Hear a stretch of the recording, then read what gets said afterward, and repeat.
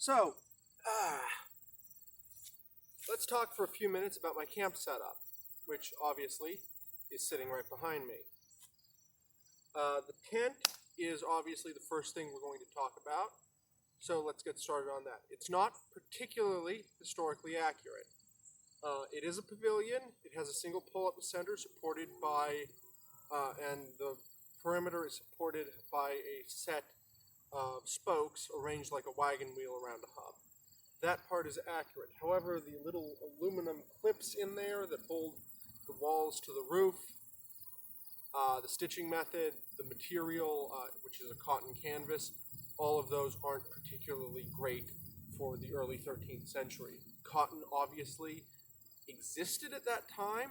It was known, it was a thing that people had, but it was an import, specifically from North Africa and Asia, which made it a very, very high status object or possession, which means they wouldn't be making tents out of it normally. Silk would have also been available, but again, not a normal material for a tent, especially not for somebody like my portrayal, which is a household knight.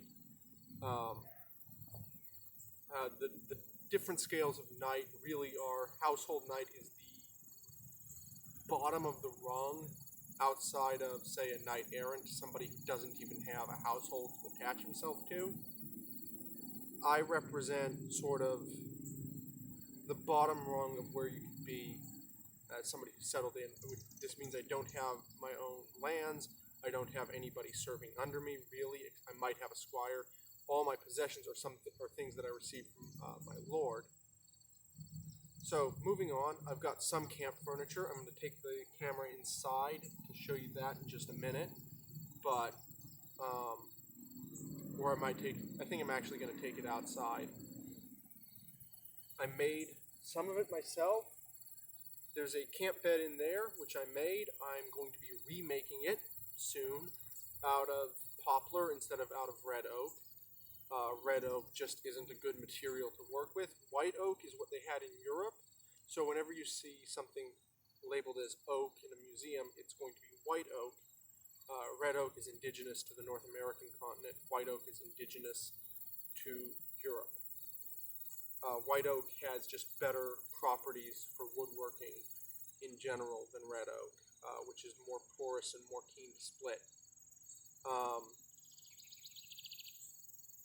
The clothes I'm wearing are pretty basic. Anybody of nearly any station in society could afford what I'm wearing. It's sort of norm. There aren't any real sumptuary laws at this period in history. Excuse me. So, sumptuary laws are laws regulating clothing and who can wear what. Those don't exist in the early 13th century. It's going to be just whatever you can afford. And there was a strong culture of the nobles and the wealthy donating older clothing to charity, which could then be redistributed out into society. So it's not like seeing a peasant with high quality clothes would be an extreme rarity.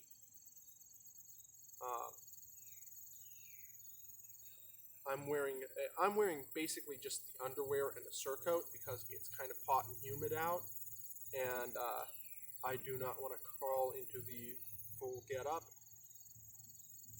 So this is just a thin linen shirt, and I'm wearing just this because just the humidity prevents me from getting into the full gear, which is wool. Wool and linen are the main sort of staple cloths of European history, really, all the way from pre-Roman days right up away till the discovery of America. Silks and cottons are going to be very expensive imports. Wools and linens are going to be sort of native grown, everybody's got it kind of thing.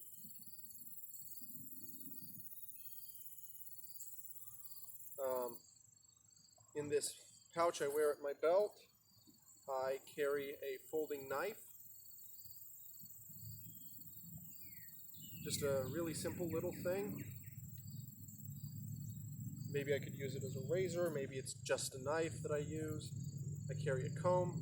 Again, personal grooming was a big thing in the Middle Ages, and I carry a bunch of coins. These are replicas of medieval coins that I was able to find and buy online, including King John pennies, which are pennies minted during the reign of King John. And I do not have it with me, but I also have a paternoster, which is the medieval ancestor of the rosary. So, camp chair. This is a folding stool. They continued to make things like this for quite a while after the Middle Ages, but this was a basic pattern that existed in period. I have a three-legged stool back in there, and at the back, which I will bring out in just a moment, I have a table. So you'll have to hold on for that. So without me in the frame, you can see the table here. It's a very simple trestle table, just a board supported by these two tripod things, and it's very sort of standard for the 13th century, 14th century, the 15th. That didn't really change a lot. I'm wearing a bag hat, which is exactly what the name implies it is. This was not exactly standard, but it existed.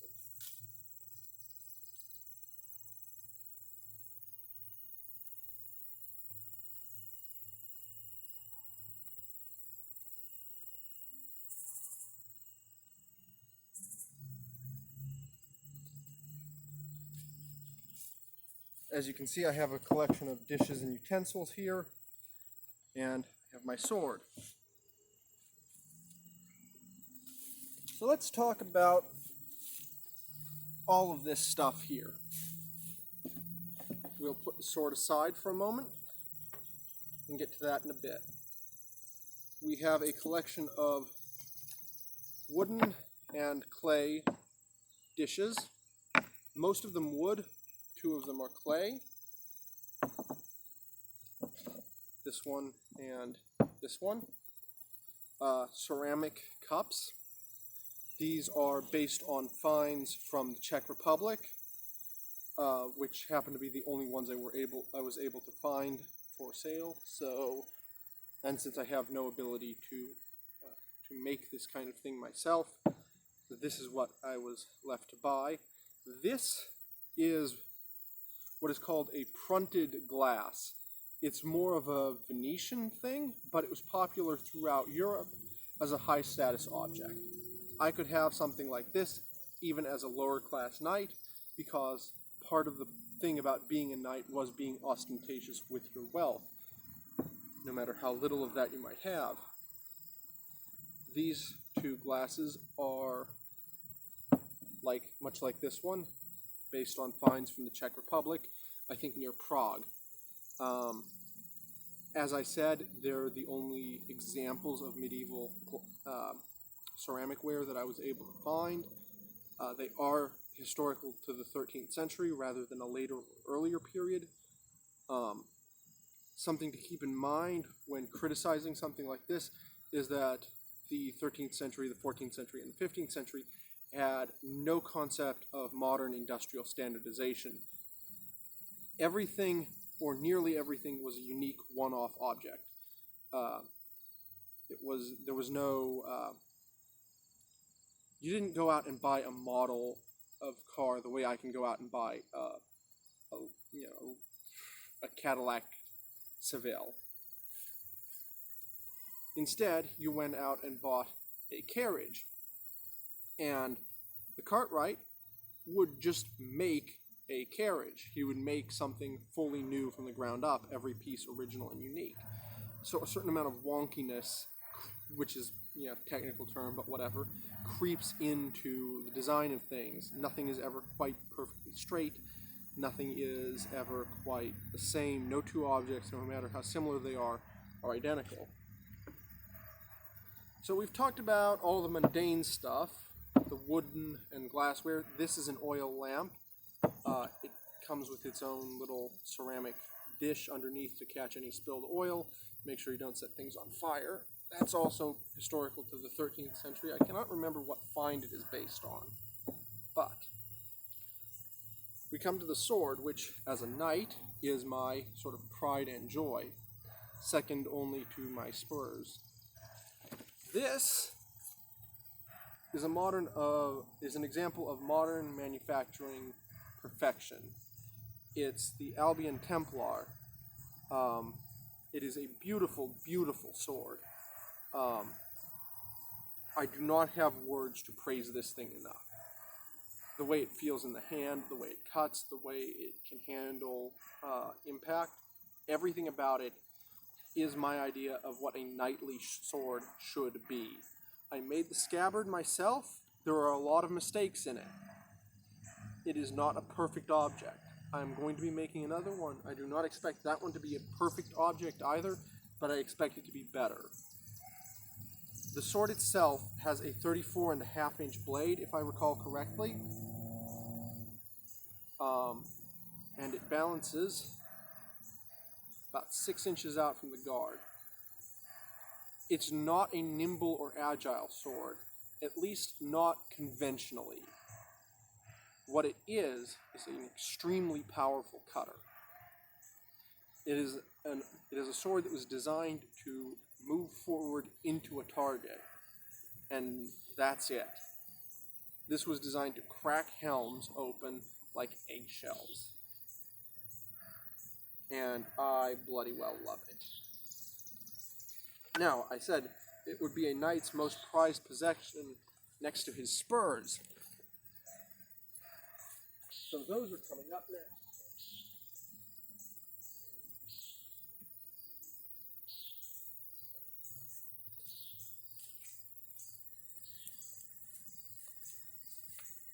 These are my Spurs. I did not buy these, I did not make these. These were given to me as a gift by a friend who is a member of the reenactment group to which I belong. They were given to me when I was knighted, so there's a bit of a story to that. It was at an event called Days of Knights last October, before the plague destroyed everything. But I was attending a lecture, actually, on source criticism, held by another one of the reenactors there, when Jake, a member of the group, pulled me aside and said, "Hey Sam, you're needed up at the camp." Okay. So I had no idea what was going on, but I was needed, so off I trotted. And I arrived at the camp to find all the other members of the group standing around in a big semicircle, with Andrew, who was the only other guy there who portrays a knight, standing there looking very serious. And then he tells me to kneel. It's a gray, horrible, rainy day. The only things I can see, 360 degrees, it's medieval pavilions. There are no cameras, there are no, well, I couldn't see one, but somebody took photos of the ceremony anyways. But he says kneel, and he puts his hand on my shoulder, and for the life of me, I wish I could remember the exact words of the oaths. But the gist of it was, swear to uphold the weak, do your duty as a knight, be loyal to your lord, all that sort of stuff. And it ends, and he finishes out the last of the oaths, and then slaps me across the, backhands me across the face and says, "Let that be the last blow you receive unanswered," and then tells me to rise. And I rise. He gives me the kiss of peace, a kiss on the cheek, which is a medieval custom. And then they take off my normal cloak, which is this big gray thing, and they put spurs on my heels. They put these spurs on my heels. They put a new scarlet cloak around my shoulders, and belted my sword around my waist. And for that glorious moment, I wasn't so much a reenactor at a camp, but somebody who had just walked off the battlefield and had been knighted. It was a moment where I stepped fully out of time, and it's very hard to describe properly, because it's something that you can only understand if you've experienced it. I think it doesn't make rational sense, but as it happened, it made all the sense in the world.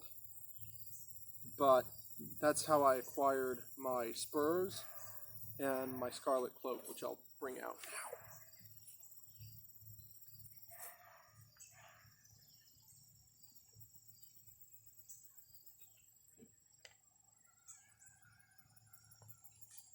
So this is the cloak they gave me to replace, or to have in addition to the old gray one. And it was this wonderful burst of color on an otherwise hideous day. And there's no real way to explain it, unfortunately. If there was, I would, but I can't quite find the proper words for it.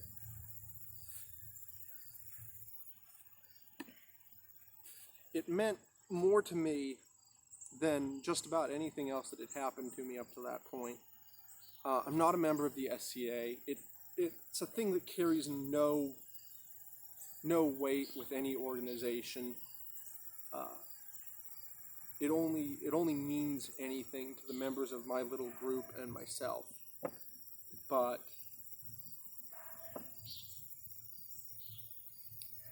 for that, for that small number of people for whom it means something, it meant the world. So there's my kit, kind of as it stands. Tent, table, chairs, camp bed, all that kind of stuff. It's getting quite late in the evening. I'm losing the light, but I hope that this was a good look into, a very cursory look, but an enjoyable one, into a medieval camp and some of the objects that you might expect to find there. Thank you for watching if you have, and until next time, have a good one.